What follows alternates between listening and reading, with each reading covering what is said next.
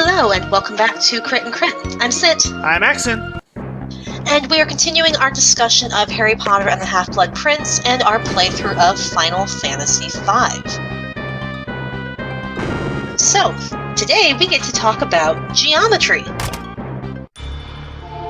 Or maybe trigonometry, which is more appropriate for a love triangle. I don't know, I was never all that good at math. But anyway, last time we touched on some aspects of relationships that are a little more questionable in the Harry Potter world, but we're going to look at the more normal, painful though it may be, aspect of those today, which is to say, teenagers and the choices made in the early years of romantic stumbling. And all of the motivations behind that, which is usually to get someone else's attention. And oh boy, is this one full of it. So we sort of touched on this in passing in the last episode, talking about the various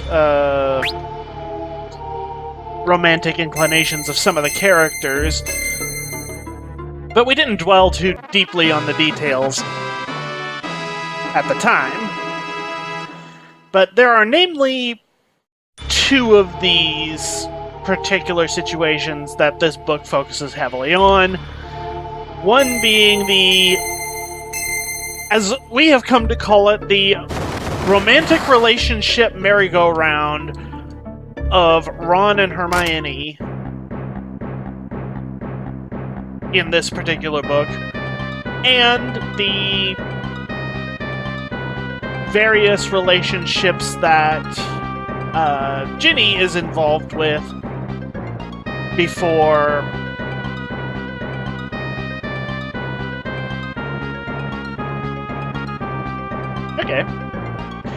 before she and Harry start their relationship near the end of the book. So what should we start with? I'm actually going to suggest we start with Ginny, because hers is comparatively simple.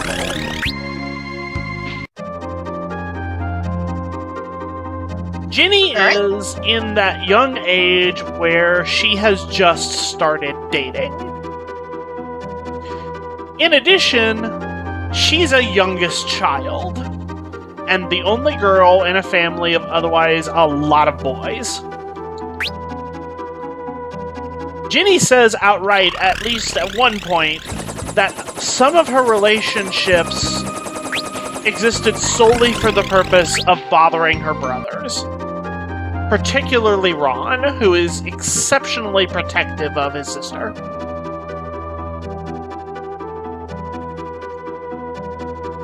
And I wonder if Ron's extra protective of her just because he's the closest in age to her and, well, he needs to feel protective over someone because he's been the baby for long enough. That might be.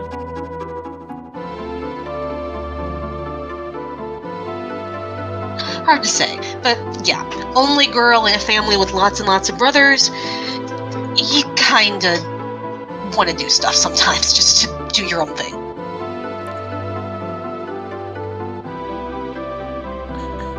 This is not addressed a whole lot in the story other than occasionally things in passing. But because we mostly see this from Harry's position, where Harry is finding himself becoming envious of these other young boys that Ginny is spending time with because he is attracted to her.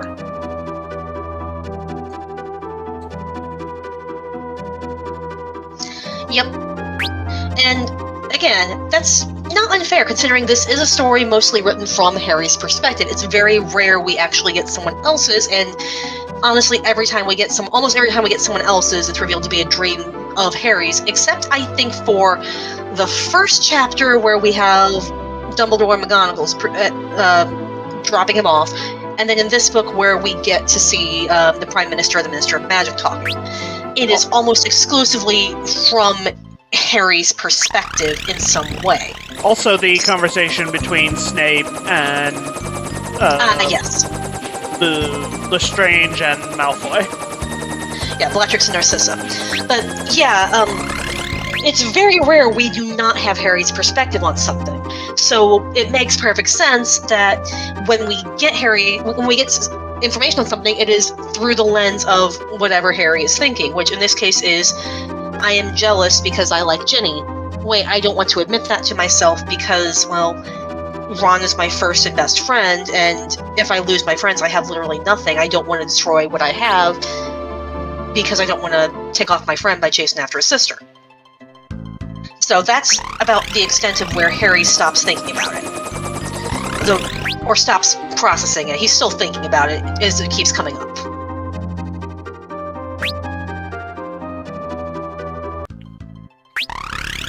And yeah, Ginny does seem to be like trying not to fixate on Harry, which is why she's dating other people, which is healthy. I mean, if you've come to the conclusion that, yeah, no, this isn't going to work out, it's much healthier to try and find ways to move on than it is to just keep pining away endlessly about it. So, good girl, Ginny.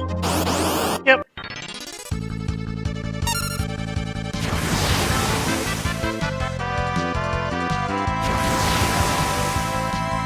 So that's really all that there is to be said about Ginny's particular relationships. She's at an age where it's, as Scint said, healthy to be exploring your options, discovering what you are interested in, what you want in a partner, giving things a try, and then, if they don't work out, moving on. Though something else I do want to talk about with the Ginny-Harry merry-go-round is that at the end, Harry does confess, like, yeah, I like you, but I'm about to walk into a heck of a lot of danger, and I don't want you getting involved with it, so we're gonna, go our separate ways. The typical hero doesn't want to get his loved ones hurt, so leaves them behind to, serve as permanent hostages. On, because, all things considered.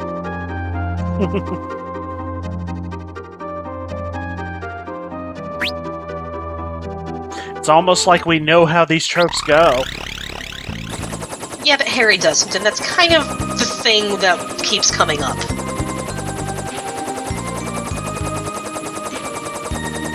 So, to speak of tropes, let's go over to the other couple in this mess. Ron and Hermione. Oh my word.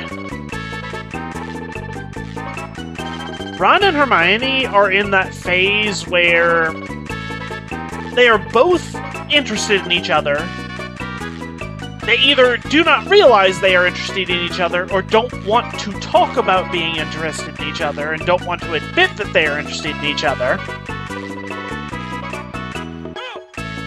Like, I do wonder if at least a part of it for Hermione is the whole being sort of an outcast and not wanting to ruin what you have. Because she and Ron have been on the outs before. Well, more accurately, Ron and Harry were on the outs, and Hermione stuck with Harry, which meant she was on the outs with Ron by extension. Yep. Where is it? So, it could be, just with Hermione's end of not wanting to rock the boat because she knows Ron's more prone to getting upset with regards to things.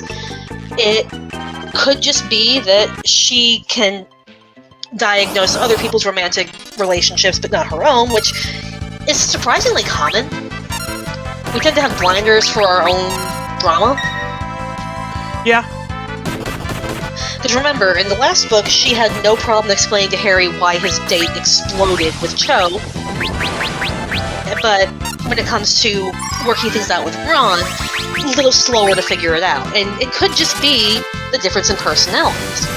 But Ron doesn't really seem to have his head on straight with regard to it. And this actually goes back to Goblet of Fire. Remember the whole argument with regards to the Yule Ball. That Ron, desperate to find a date, asks Hermione, as basically the last resort he expected would always be there, and Hermione's like, no, I'm already going with someone. just because it's taking you this long doesn't mean no one else has noticed that I'm a girl. And Victor Crumb already asked her, like, ages ago. Yep. And part of me wonders if that's the start of Ron realizing he might have a thing for Hermione, but expecting she would think he's too much of an idiot. Because, you know, Hermione is very, very intelligent, and Ron is kind of... Ron's not as book smart, but we can't say Ron's completely stupid, but given that Ron is the baby of the family who's got brothers that needle him constantly, I can see how he wouldn't have the best self-esteem and might view himself that way. But that could also be like what kind of led to some of the argument about Crumb. And I do recall that Ginny mentioning something about Crumb in front of Ron is kind of what prompts Ron to start going out with Lavender.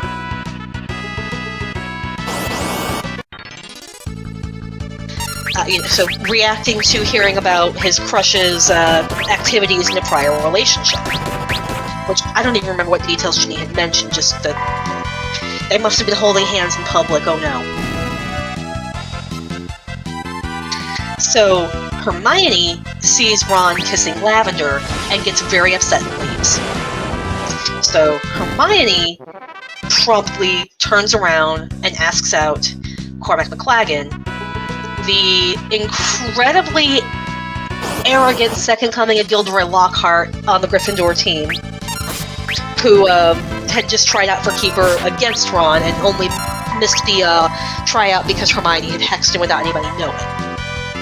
Because she knew it would tick Ron off the most to get his attention. So, Harry gets to be in the middle of this, and Hermione spends a lot of time just dodging Cormac. Ron spends a lot of time just tonsil diving with Lavender. So, you know, great time to be Harry right now, huh? And this kind of goes on in the background, low-key, for most of the book, until the love potion incident, when Ron ends up in the hospital wing, gets brought out of the poisoning, and first asks for Hermione, not Lavender. So, you know, relationship basically implodes there. Oh, I have a puppy tickling my foot!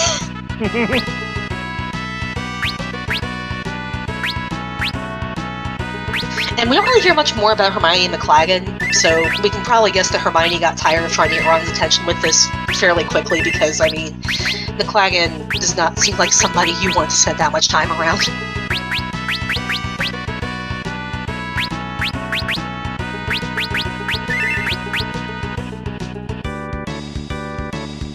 But, yeah, it feels like an odd digression to focus on so much of this, but it does also drive home the point that the people we are counting on to save the world are technically children. They're growing up, but they're not mature, they're not adults, they're not fully empowered to handle everything that they're going through emotionally. And so on top of all of the normal stressors of being in high school, by the way, can you go save the world? No pressure.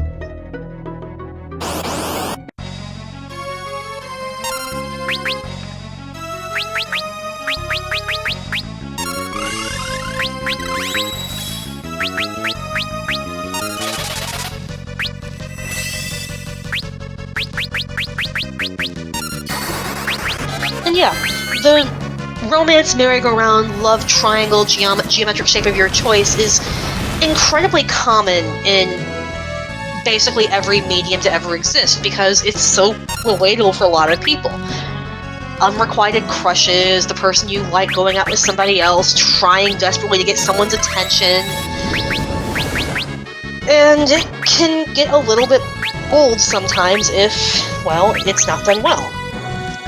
I think it was handled okay-ish with Harry Potter because it made sense for the characters. Like, I totally believe that Hermione, book smart as she is, doesn't really have the best grasp on how to handle her own emotional relationships.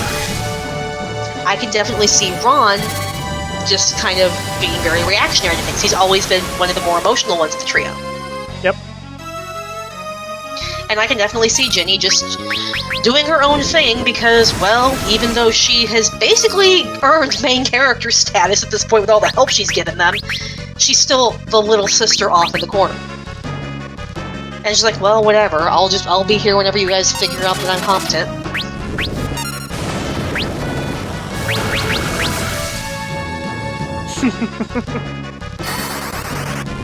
What? I mean, you think after the last book they would have figured that out, given that how much she and Luna and Neville helped out the entire situation that happened last book. Yes, but we're expecting Harry and Ron to think things through. That's also fair.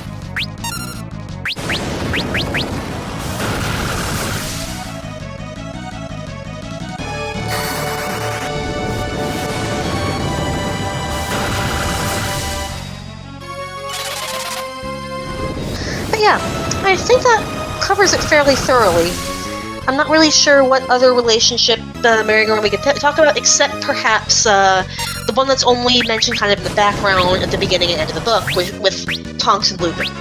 Once again, it's the hero and love interest, or try, oh, like, kind of. I don't. It feels unfair to say to relegate Tonks' love interest, but A and B, dangerous situation, dangerous work. You can do better than me. I don't want to endanger you. I don't care about that. Let me fight by your side, etc., etc. Drama, now kiss. It's also the whole werewolf thing. Yeah, hence the you can do better thing was Lupin's whole bit right there. Yeah, a lot of his drama is just, I am a monster. I cannot be.